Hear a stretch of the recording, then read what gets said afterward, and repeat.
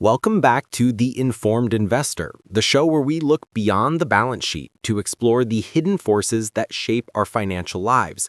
Today, we're asking a foundational question. Are you the master of your emotions, or are they the masters of your wallet? It's the uncomfortable truth in finance, isn't it?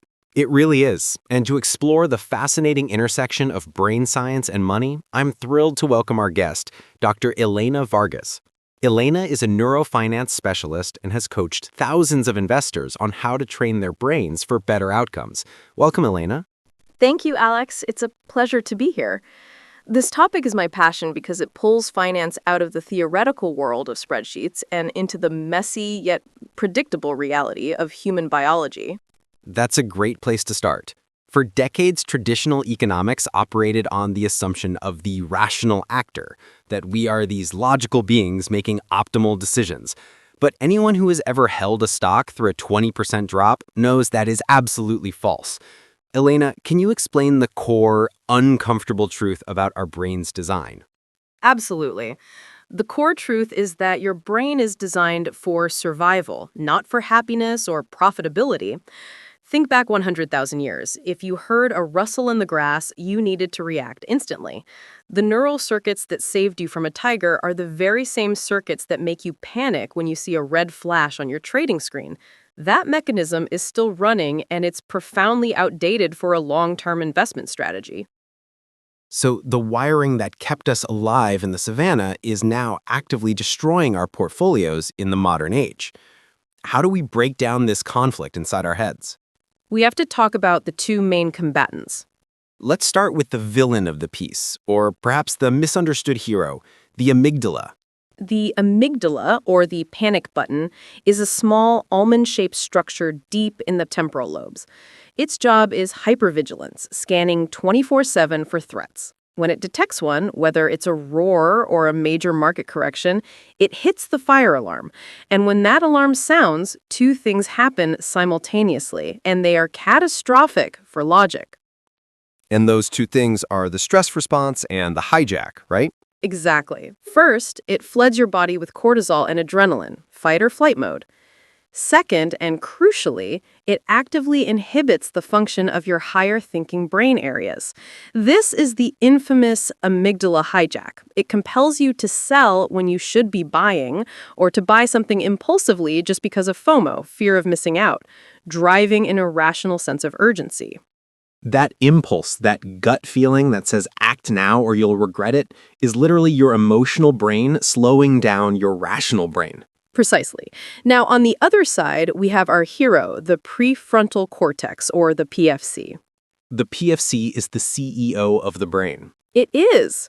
Located right behind your forehead, it's the most evolved part of us. The PFC manages all executive functions: long-term planning, complex decision-making, error correction, and most importantly, emotional regulation. When the PFC is active, it pauses the amygdala's response. If the amygdala shouts, "Sell everything," the PFC asks, "Wait, is this a real threat to our long-term plan or just market noise?" So the key to emotional control isn't eliminating the emotion, but strengthening the connection so the CEO, the PFC, always has the final veto. That's the entire game, Alex. You cannot eliminate the amygdala, nor should you, because you still need to jump out of the way of a speeding bus. But you can train the PFC to be the one who gets the last word in your financial decisions. Emotional insights, the chemical battlefield, and biases. We need to talk about the chemical messengers fueling this war, because finance isn't just about psychology, it's about neurochemistry. What are the key players here? We focus on three: cortisol, dopamine, and serotonin. Cortisol is the obvious one, the stress hormone. It is. When the amygdala detects danger, it spikes cortisol. This is useful for acute crises, but chronic cortisol, from constantly checking your portfolio, literally atrophies the dendrites in your PFC. You are physically making your rational brain weaker by living in chronic stress. That's a powerful visual. You're shrinking the CEO's office. Exactly. Then there's dopamine, the reward hormone. This gives us the high of a profit, and it's the engine of seeking and risk. It's fantastic for motivation, but when it's uncontrolled, it drives addictive, risky trading behavior. A small win gives a dopamine hit, and then you chase bigger, riskier wins, leading to overexposure. And finally, serotonin, the antidote to all of this. Serotonin is the natural brake. Adequate levels are associated with patience, calm, and the capacity for reflection. The patient investor, the one who sticks to their strategy for 5 years, is effectively managing their serotonin levels through their PFC. The goal of emotional regulation is minimizing cortisol spikes and promoting stable serotonin. This leads us directly to behavioral finance. If our brain is chemically driven, it means we fall into predictable traps or cognitive biases. Can you touch on the most costly one? That has to be loss aversion bias, famously researched by Daniel Kahneman and Amos Tversky. The data shows that the pain of a loss is twice as potent as the pleasure of an equivalent gain. Twice as potent. Wow. At a neuronal level, losing money activates the brain areas associated with physical pain. This bias causes two common portfolio-wrecking behaviors: holding losing investments far too long out of denial, and selling winning investments far too early out of the fear that the profit might evaporate before we lock it in. It's the ultimate expression of the amygdala taking charge. And the PFC, by recognizing this is just a bias, can step in and say, this pain is just a brain shortcut, not an objective truth. Exactly. Practical application, training the PFC and the 6-second rule. So how do we put this into practice? We can't change our biology, but you said we can train the PFC using neuroplasticity. What are the practical tools? The most hopeful concept here is that control is a skill built by repetition, and the first step is always awareness. Recognizing the hijack. Yes, when you feel that urge, the accelerated heart rate, the short breath, that's the amygdala in charge. Stop and do a body scan. That single act of stopping forces blood and attention back to the PFC. This brings us to the Ledoux's roads concept and the 6-second pause. Dr. Joseph Ledoux described the fast road, the panic route, where information bypasses the cortex and goes straight to the amygdala. An immediate, non-thinking reaction. Right. The slow road forces the information up to the PFC for analysis. That route takes just a few hundred milliseconds longer. We can artificially force that delay with the 6-second rule. Tell us about the 6-second rule. Research shows that adrenaline and cortisol take approximately 6 seconds to begin dissipating after a peak. So when you feel that urgent need to buy or sell or even send an angry email, you must take a mandatory pause of 6 slow, deep breaths. Focus entirely on the air moving in and out. That simple, deliberate action activates the PFC, forcing the slow road to open.